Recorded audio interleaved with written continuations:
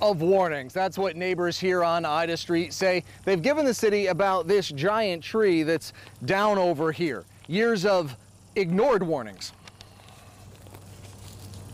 I mean, it's horrific. Denton Bailey is not happy. You look at all this is dead. Everything is dead. His house is buried under a rotted, fire ant-filled old tree. I'm very upset with the city because that frustration lies in the belief that if the city had just heeded warnings. Look at the roots. The tree was dead. They knew it was dead. That's dead. They ain't no good. His home would have survived the hurricane unscathed. This could have been prevented? That could have been. There was no damage to my house from the hurricane. None. That city tree did all the damage. The wind blew it down, but if they would have cut that tree, I wouldn't have to worry about anything. And I kept calling until this one gonna come down. Retired Army Master Sergeant Wallace Mitchell lives across the street.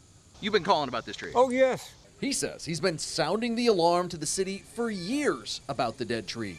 Oh, the city knew it was bad. Wallace says the city came out and tagged it several years ago, but never came back to cut it down. It's down now. This is devastating. I mean, it's really bad.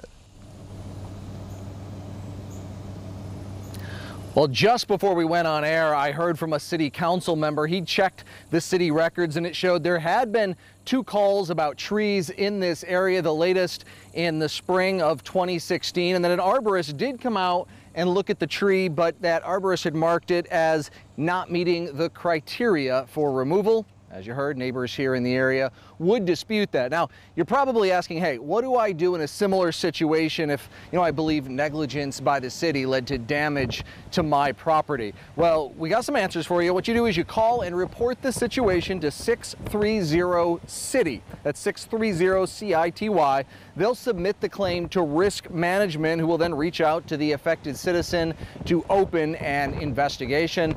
And FEMA's really stepped up out here. Mr. Bailey tells us that they've contacted him, offering him a place to stay until all this can be cleaned up and the damage repaired. In Jacksonville, I'm AJ Legault. Back to you.